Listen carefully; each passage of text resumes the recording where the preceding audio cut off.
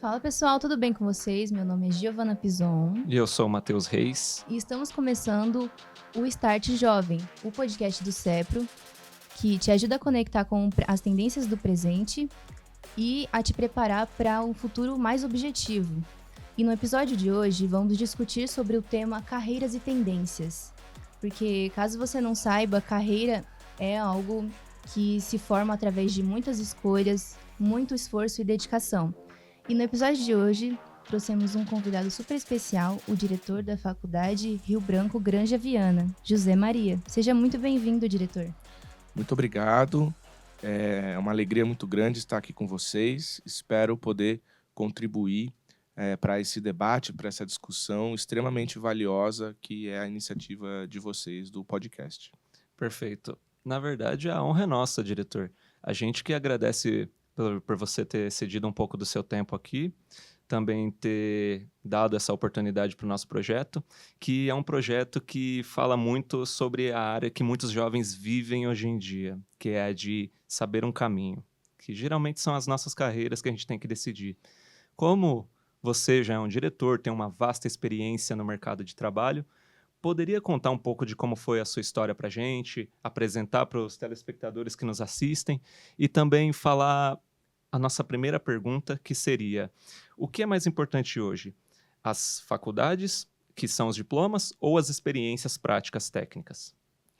Muito bem. Bom, acho que esse ponto de partida é muito valioso, né? Eu entendo que é importante eu começar falando do lugar, do meu lugar como professor, né? Como educador. Então, para todo mundo que está nos ouvindo, nos vendo, Sim. é importante esclarecer de onde eu falo.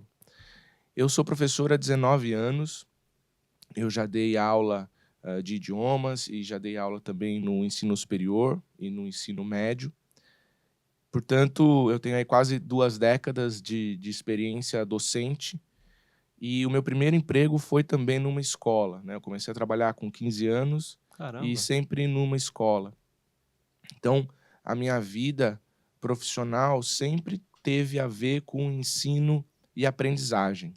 Eu não tenho nenhuma formação na parte de treinamento ou, de certa forma, assim, de construção de carreiras. Eu nunca fiz uma formação específica para isso. Sim.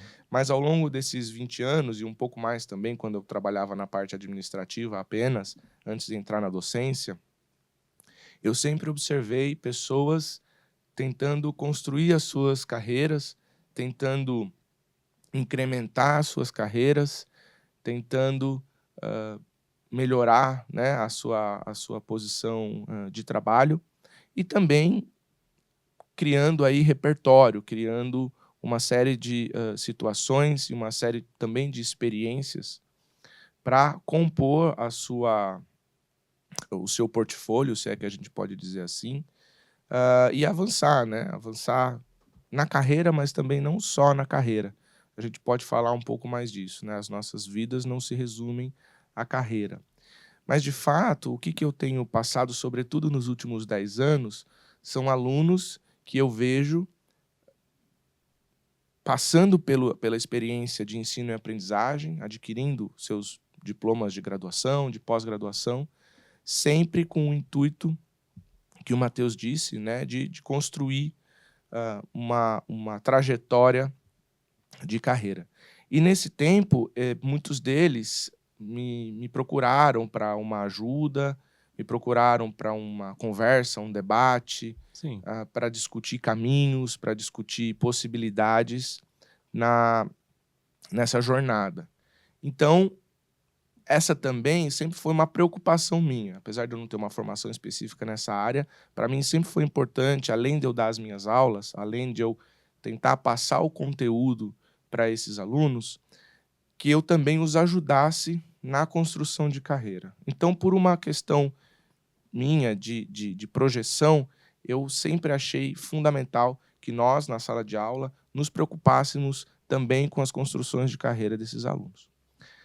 Então, dessa forma, tentando um pouco já cotejar a sua pergunta, Sim. eu acho que um mito que a gente precisa desfazer, que é o seguinte: a ideia de que a escola só serve para ensinar e o trabalho só para ter experiências. Por Caramba. quê? Eu quero dizer o seguinte: você aprende muito no trabalho e você pratica muito na escola.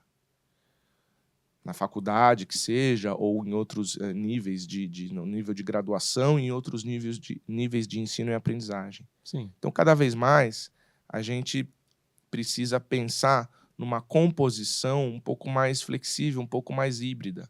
Então, um trabalho que você veja com bons olhos, que você veja perspectivas de carreira e de futuro, com certeza esse trabalho vai te ensinar muita coisa.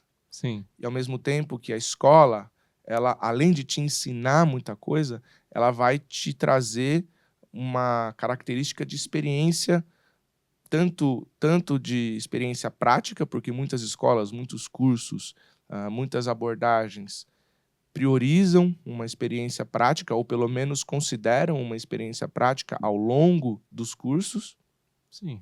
E, além disso, você vai estar passando ali por uma série de situações que tem a ver com inteligência emocional, com comportamento, com convivência, com a aprendizagem de trabalho em grupo, de trabalho coletivo, né, de equipes e assim por diante. Tudo isso pode compor a sua experiência.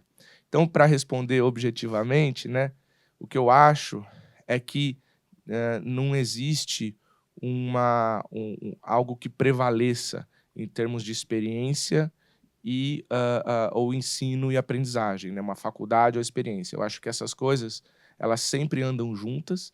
Você vai, uma vez que você tenha uma competência, uma habilidade técnica, que em tese você aprende num curso, ou você pode aprender até sozinho, mas os cursos, sobretudo os cursos reconhecidos, eles te dão uma chancela, né? O diploma é uma chancela dizendo assim: olha, você tem capacidade técnica, você treinou essas atividades. E isso é Caramba. fundamental para a sua desenvoltura profissional. E aí, com isso, você também vai adquirindo experiência e avançando na carreira. Entendi. Isso que você comentou realmente me abriu bem os olhos. Eu nunca tinha parado para pensar que essa abordagem ela tinha que ser mais híbrida, onde você teria que ter tanto o técnico quanto o prático. Eu acho que é bem objetivo. E eu, como jovem iniciante na minha carreira, digo que isso é muito valioso. Realmente. Eu já gostaria também de enganchar a próxima pergunta, que particularmente para mim ela é bem... Eu procuro explorar muito. Hoje, como diretor, o que você avalia ser melhor? As soft skills ou as hard skills, que são aquelas habilidades que nós temos geralmente no currículo? Muito bem. Eu nunca fui um profissional de atuar nos recursos humanos, né? Apesar de eu lidar também com recursos humanos, mas nunca fiz parte do departamento de recursos humanos, né? Relações humanas, por assim dizer. Sim. Mas eu conheço uma máxima dessa área que diz o seguinte: você é contratado pelas suas habilidades técnicas, pelas suas hard skills, e demitido pelas suas soft skills, né? Caramba. Ou Nossa. pela falta delas, né? Sim. É uma espécie de brincadeira que que quer dizer mais ou menos assim: olha, a pessoa, a competência técnica dela, a habilidade técnica é o que faz ela ser contratada. E uma possível falta de habilidade emocional, comportamental, relacional, pode ser objeto, ou pode ser a razão de um revés na carreira, possivelmente uma demissão. Sim. Por que eu Caramba. digo isso? Porque as chamadas hard skills, elas são muito evidentes, elas são muito... você sempre foca nas hard skills. Você fala assim: olha, eu preciso aprender. Hoje em dia, por exemplo, que é muito comum na área de tecnologia, eu vou aprender linguagem de programação. Sim. Eu vou aprender desenvolvimento de software. Cada vez mais as coisas... a tecnologia invade a nossa vida. Verdade, era digital, né? Fazendo parte de tudo. Exatamente. E a gente ainda tem a informação de que a área de tecnologia carece de profissionais. Então, é muito comum alguém falar assim, olha, vou aprender a desenvolver software. Perfeito, então ele vai ser contratado porque ele sabe desenvolver software ou qualquer outra habilidade. Mas a parte das soft skills, das habilidades relacionais, as habilidades de uma leitura de cenário, uma leitura de equipe, de perfis diferentes, Liderança, às vezes. liderança, resiliência, o que todo mundo fala hoje, está até um pouco banalizado esse termo, mas de Sim. fato Concordo. o que acontece é que você trabalhar em equipe exige desafios muito importantes e cada pessoa passa por uma situação que a gente não sabe, então muitas vezes a gente tem que exercitar a tolerância, assim como os outros também conosco, né? Sim. Então, nós fazemos parte de várias dinâmicas durante um dia, durante uma semana e por aí vai. Portanto, tudo isso significa que a gente também, além das nossas habilidades mais práticas, mais objetivas, mais o que você faz, que é pelo que você é contratado e o que o mercado de trabalho remunera você pelo que você sabe fazer. Mas, além disso, para você trilhar um caminho próspero, por assim dizer, você tem que compor essas habilidades com outras coisas, né? E quanto mais dizem, né, que quanto mais na liderança de algum projeto ou de alguma instituição você está, mais importantes são as soft skills, né? As Sim. hard skills acabam decrescendo um pouco de importância porque você não é mais um colaborador tão operacional. Sim. E as soft skills passam a crescer um pouco de importância. Então, eu repito um pouco a resposta da primeira pergunta. Não acho que existe algo mais importante. Eu acho que você precisa desenvolver habilidades práticas, hard skills, são necessárias porque é por isso que o mercado de trabalho vai te contratar. Sim. Eles vão te pagar, né? O mercado de trabalho remunera aquilo que você sabe fazer. Se você é um motorista, se você é um desenvolvedor de software, se você é um contador, se você é um economista, se você é um engenheiro. Sim. E depois disso, eu não acho que a habilidade, necessariamente, a hard skill precisa preceder, mas as coisas são concomitantes. São né? interligadas. Absolutamente interligadas e interdependentes. Certo. Caramba. Aproveitando esse tópico da era digital, como a gente deve se adaptar a essa nova era, já que as coisas estão sendo todas automatizadas, a gente cada vez está mais dependente das tecnologias, do nosso celular principalmente. Como a gente pode levar isso à frente? Olha, eu acho que essa pergunta é um grande debate hoje, né? Sim. Qual é o papel da tecnologia na nossa vida e como a gente Se adapta, encara né? isso, como a gente reage a isso. Isso é decisivo, isso vai dizer os caminhos da nossa sociedade, do ponto de vista coletivo. Sim. Concordo. Portanto, uma das coisas importantes a se dizer é que a tecnologia, não a tecnologia de hoje, a tecnologia, desde que o mundo é mundo, ela acaba extinguindo algumas atividades. Algumas atividades são extintas, né? Operador de telégrafo, acendedor de lamparina na rua. Datilografo. Exatamente. A pessoa da datilografia, todas essas atividades, elas foram valiosíssimas em uma época e com o avanço tecnológico elas foram extintas. Então, acho que uma das vertentes da resposta para a sua pergunta é: teremos atividades diferentes. E a gente precisa estar muito atento a isso. Hoje, a gente gosta de pensar que nós somos os usuários da tecnologia, mas muitas vezes nós somos o produto. Então, quando a gente está numa rede social, a gente está colocando as nossas preferências lá a troco de nada, os nossos dados a troco Sim. de nada. Há anos atrás, existiam departamentos de marketing multimilionários tentando descobrir qual era o seu padrão de consumo, para tentar moldar produtos para o seu padrão de consumo. Hoje, a gente coloca todas as nossas preferências simplesmente na plataforma para ela existir. Você tem a plataforma como informação, como formação, como entretenimento, como comunicação, ou seja, uma plataforma extremamente rica e a gente nem paga para usar. Você acha que Sim. tudo isso é de graça? Não. Então, De fato. a gente não é usuário, a gente é produto. A gente pode fazer uso para a nossa formação, para o bem e tudo mais, está tudo certo. Mas é muito importante a gente estar atento a um movimento maior da tecnologia, aos chamados grandes players, né, os grandes atores tecnológicos, Sim. e o que eles querem das pessoas da geração de vocês. Você pode ter certeza de uma coisa, eles querem vender para você alguma coisa.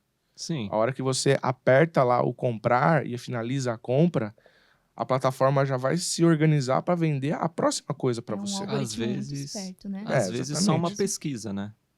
Exato, mas mesmo assim, você vai estar lá sempre interagindo com um padrão de consumo, com um padrão de... A parte econômica financeira está sempre digamos assim, nos primeiros itens da agenda. Então, você precisa ficar bastante atento a isso. E aí, você precisa saber como é que isso também te ajuda. Como é que você pode se preparar para atuar nessa dinâmica com as suas aptidões, né? O que você gosta de fazer, o que você sabe fazer, para que também você possa aproveitar as oportunidades dessa dinâmica. Portanto, o que eu quero dizer? Com a mudança tecnológica e a extinção de determinadas atividades, outras atividades aparecem e são valiosas. Entendi. É importante a gente entender quais atividades são valiosas e tentar se preparar para elas, tentar ser pessoas que trabalham com isso e assim por diante. São ciclos, né? A gente tem que procurar sempre pela melhoria, né? A gente tem que acompanhar essa era de tecnologias novas, de desenvolvimento, para sempre estar seu diferencial dentro da nossa empresa. E aproveitando esse clima mais de evolução, como que a gente faz para lidar com a pressão? Porque a gente tem que evoluir, né? A gente tem que ser o diferencial na nossa empresa, a gente tem que fazer diferente. Sim. A gente tem que estar sempre melhorando, aprendendo e buscando um pouco mais de conhecimento todos os dias. Então, como a gente lida com a pressão? Tipo, é claro, tem aquela competição, certo? A competição saudável, é claro. Sim. E como a gente faz para lidar? Porque a gente também tem que se garantir com o nosso taco. Mas a gente também tem que estar seguro de si, né? Sim, você tem razão. Olha, acho que esse assunto talvez seja o mais importante de todos. Todos os assuntos são importantes, que a gente conversou aqui até agora. Sim. Mas se a gente eleger eu diria que o que você chama de pressão e como lidar com a pressão, no meu entendimento de professor e de gestor, eu tô falando sobre o tema da saúde mental. E isso hoje é uma prioridade máxima em todas as organizações.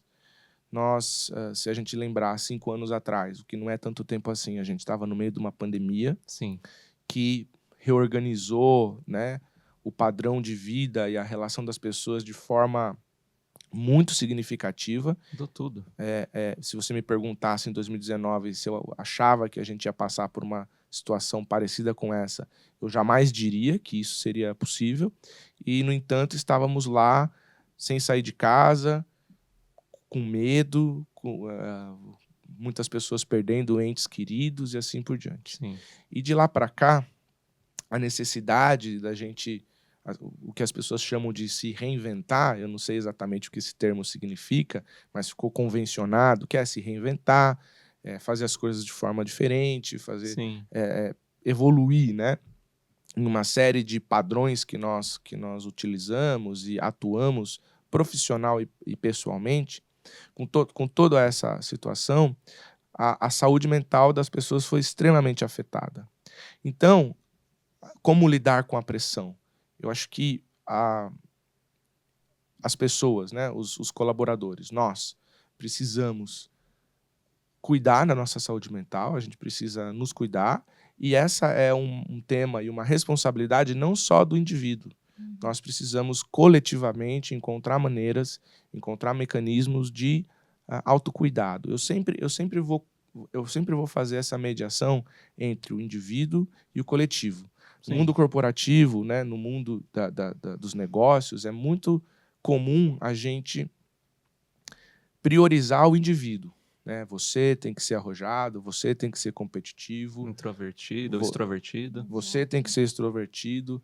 A palavra que você usou, né? Você tem que ter um diferencial. Eu tenho bastante ressalva com esses termos, porque é uma carga muito pesada para você lidar, para você como indivíduo lidar. Você tem que ser o diferencial.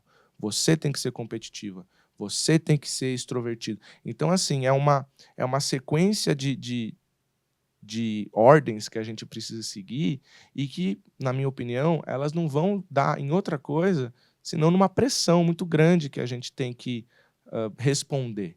E aí, a minha postura com os meus alunos, com os meus pares, com os meus colegas, tem sido assim: dê um passo atrás, respire. Por quê?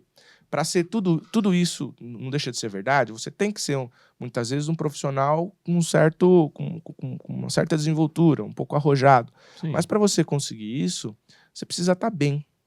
Você precisa estar bem com você mesmo. Para você ser autoconfiante, você precisa construir. A autoconfiança não nasce com a gente, ou pelo menos não é para nascer, ou você não tem a obrigação dessas coisas todas que as pessoas dizem. Sim. Eu acho que uma forma de você construir uma autoconfiança é você, por exemplo, aprender uma habilidade técnica, treinar, Repetição. fazer aquilo e falar assim: olha, se você tem uma empresa que precisa dessa atividade, eu treinei bastante, eu sei fazer isso e eu vou te entregar essa atividade com destreza.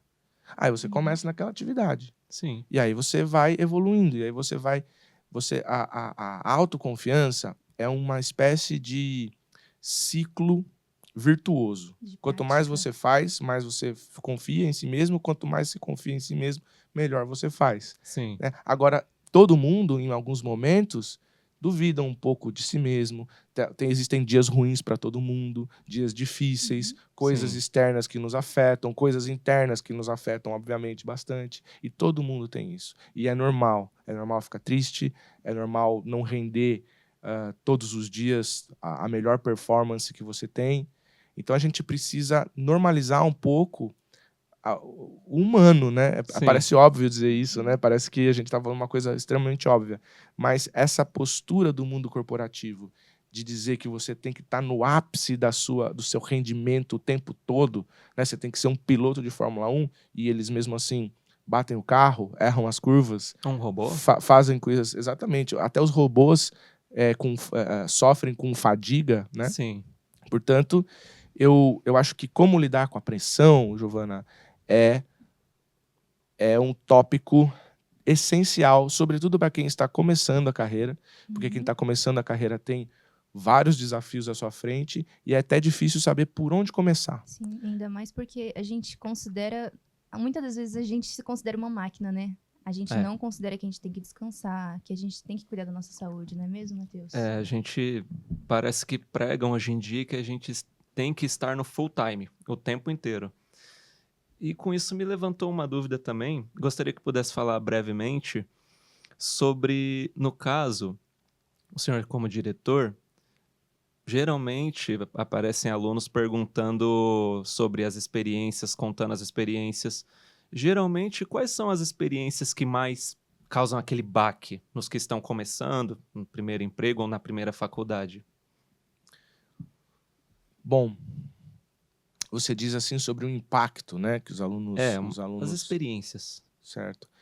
Olha, eu acho que eu posso dividir a sua resposta em experiências positivas e negativas, né? Perfeito. Em baques positivos e negativos. Sim. Eu vejo vou começar pelos positivos, quando os alunos conseguem, por exemplo, um emprego, quando eles são aprovados num processo seletivo, é sempre um impacto muito positivo, é sempre assim um brilho no olho, A conquista. uma conquista que orgulha, que contagia todo mundo, assim, né? Então eu me lembro de alunos que vieram aqui e na segunda semana de aula já apresentaram o contrato de estágio para a faculdade assinar. Fantástico. E isso era extremamente positivo, assim, você vê isso com muitos bons olhos, né? As experiências negativas, o impacto negativo, é que muitas pessoas chegam para a faculdade, às vezes com um histórico positivo de ensino médio, em termos de nota e tudo mais, e a faculdade é um pouco diferente. Você tem disciplinas, e cada disciplina é um professor diferente, cada professor tem uma maneira muito particular de condução da disciplina, e às vezes alunos muito bons de ensino médio não conseguem replicar o mesmo desempenho em todas as disciplinas do ensino superior. Caramba. Então, quando um aluno tira uma nota baixa, fica de exame, ou mesmo reprova uma disciplina, é uma frustração muito grande. A gente precisa conversar e falar assim, olha, se você reprovou uma disciplina, se você tirou uma nota baixa, faz parte do jogo. Possivelmente, você estava se dedicando a várias outras coisas e não conseguiu dominar esse conteúdo adequadamente. E aí também tem a parte de que, nesse momento do ensino superior, os alunos estão olhando emprego, enfim, é um mundo bastante novo. Sim. E, às vezes, fica uma coisa aqui, outra ali, o cara não consegue ir bem numa disciplina. Isso afeta muito alguns deles, e a gente precisa fazer um trabalho ali de conscientização de que nem tudo que a gente faz dá certo. Porque esse é outro mito do hoje em dia, né? Hoje em dia, sempre as pessoas estão dizendo, vai lá, você consegue, vai lá, você... perfeito. É só se dedicar que está tudo certo.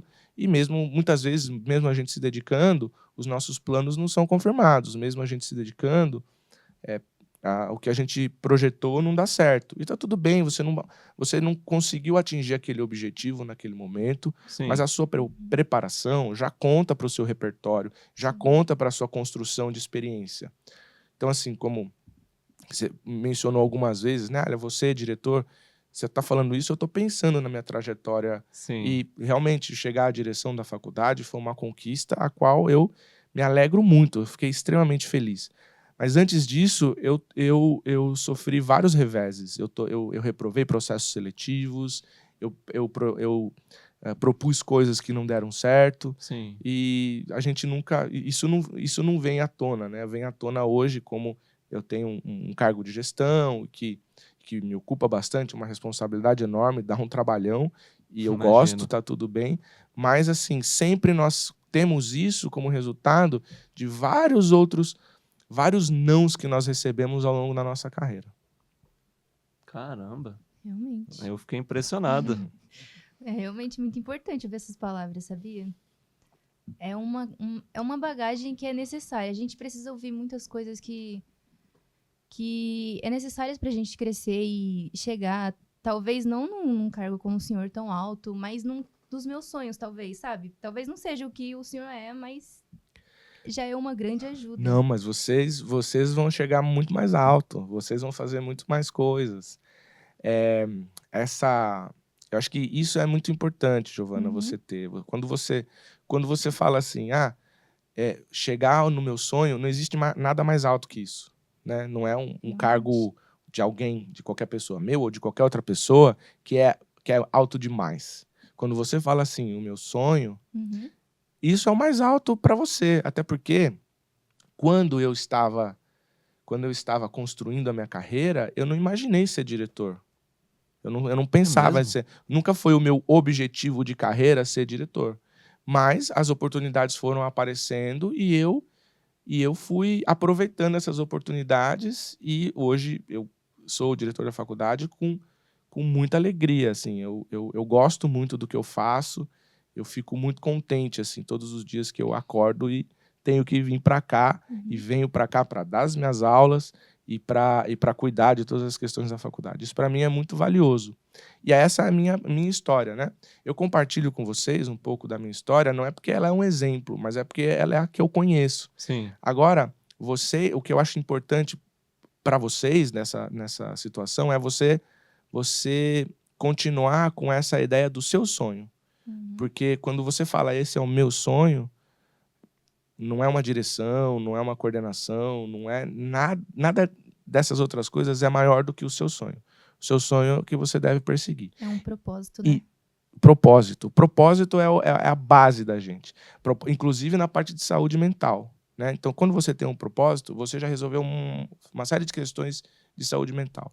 E aí você precisa resolver outras também, porque a nossa atualmente são vários desafios na parte de saúde mental que nós vivemos, né? Falei, por exemplo, da pandemia há pouco tempo atrás, Sim. mas são vários outros. Agora, você ter um propósito e ir atrás dos seus sonhos é fundamental. E para isso, o mais importante que eu acho que eu tenho a contribuir na toda a nossa conversa aqui é que esse seu sonho ele não vai acontecer num estalar de dedos. Você vai ter alguns reveses. Sim. Você vai ter algumas coisas que você vai fazer, vai dar muito certo, e outras coisas que não vão dar certo. Você vai ter que passar por frustrações nesse processo. E está tudo bem, é assim mesmo. É uma frase que me disseram recentemente que eu vejo muito nas histórias de quase todos que eu acompanho, que é o mar calmo não faz bom marinheiro. Esse é um ótimo ditado. São nos momentos de dificuldade que a gente cresce, né? É, realmente. Mas eu acho que não pode existir o romanceamento do sofrimento. Eu acho que as pessoas romantizam demais o sofrimento. Você tem que sofrer mesmo porque é assim que você vai conseguir alguma coisa. Processo. Eu acho que, na verdade, o sofrimento é parte da vida. E a gente precisa lidar com o sofrimento. Porque, às vezes, cara, vai acontecer uma coisa completamente aleatória e você vai sofrer, né? Se você tá tudo bem na sua vida, você tá caminhando na rua e, de repente, você vê alguma coisa acontecendo do seu lado, você vê uma injustiça acontecendo do seu lado, você vê... Eu sou uma pessoa que me afeto muito, por exemplo, com maus tratos aos animais. Nossa. Então, sempre... De machucar, né? Então você vai passar por aquele sofrimento. Mas a gente não pode romantizar o sofrimento. Sofra, que aí as coisas vão dar certo. Não é necessariamente isso. A gente precisa lidar com o sofrimento, a gente precisa passar por ele, mas a gente não pode... Ficar nele, né? Ficar dando aquela valorização, aquela ênfase, sabe? Sofra que o outro lado é bom, sabe? Eu acho que existem formas de você encarar a vida que não dessa maneira valorizando o sofrimento, que você pode ser mais leve, né? Enfim, aonde a nossa decisão consegue chegar, nem tudo a gente decide. A gente tem que passar por certas coisas. Mas no que depende da gente, que é uma parte dessa história toda, a gente pode tentar fazer as coisas de uma maneira mais leve, viver a vida de uma maneira mais leve. Mais equilibrada, né? Isso. Eu realmente me sinto... Eu sinto que recebi um banho de informações. Foi muito rico essa experiência pra gente. O que você achou? Eu achei uma bagagem incrível. É uma coisa que eu vou levar pra minha vida. Eu com certeza vou passar para outras pessoas esse conhecimento, né? Porque a gente tem que compartilhar, além de nos nutrir. Sim, eu tô sem palavras até agora. Achei muito esclarecedor. José, aproveitando que a gente está chegando nos momentos finais, poderia passar para a gente e para os telespectadores uma última mensagem, engaixando também a nossa última pergunta, que seria: como definir o seu propósito? Como saber o rumo da sua carreira? Muito bem. Olha, essa dimensão de definição de propósito, eu acho que depende, eu não vou dizer integralmente, mas em grande medida depende de uma questão de autoconhecimento. E o autoconhecimento não é algo simples. O autoconhecimento, ele demanda tempo e algum esforço. Sim. Para você não só dizer assim, eu sou assim, eu sou daquele outro jeito e tudo mais, mas para você passar por experiências e ter o cuidado, a sensibilidade de se autoavaliar. Como eu reajo a certas experiências? Como eu reajo a certos sentimentos? O que mais me incomoda? O que não me incomoda tanto? O que mais me deixa feliz? O que para mim é um pouco indiferente? Se fazer essas perguntas e notar. É como se você estivesse saindo do seu corpo e avaliando você perante uma situação. Então, tudo isso pode te ajudar no seu autoconhecimento. E aí você saber que tem gente que gosta de trabalhar com tecnologia. Sim. E tem gente que não gosta. Eu falo de tecnologia porque hoje, atualmente, É a está nova onda. extremamente comum. E aí as pessoas que falam assim, nossa, mas eu não gosto de algoritmo, eu não vou ter nada o que fazer da minha vida? Claro que vai, claro que vai. Você precisa entender como a tecnologia funciona em grande medida, mas não necessariamente você vai precisar ser um desenvolvedor de software, um desenvolvedor back-end ou front-end ou qualquer coisa dessas que eu também não sei muito bem o que significam. Né? Existem caminhos e você trilha o seu caminho durante a caminhada, você descobre coisas, mas é sempre bom estar olhando para você mesmo. Acho que o propósito é construído dessa maneira. E a minha mensagem para as pessoas, já reiterando aqui o agradecimento pelo convite, e dizer que sempre que eu recebo um convite desse, para mim é muito gratificante, porque essa é a minha causa, né? A educação é a minha causa. Então, poder contribuir aí com a visão sobre construção de carreira e outras coisas, para mim é muito valioso. Então, eu reitero aqui o agradecimento a vocês e dizer para as pessoas basicamente isso, né? Se cuidem da sua saúde mental, se conheçam, né? E trilhem caminhos dos quais vocês vão poder se orgulhar em algum momento. Fantástico. Fantástico. Certo. Realmente, é muito importante ouvir isso e vai ser precioso para as outras pessoas que estão escutando e para nós que estamos participando de tudo isso. Com certeza. E com isso, a gente encerra o episódio do Start Jovem. Continuem aí para acompanhar os próximos episódios. Muito obrigada.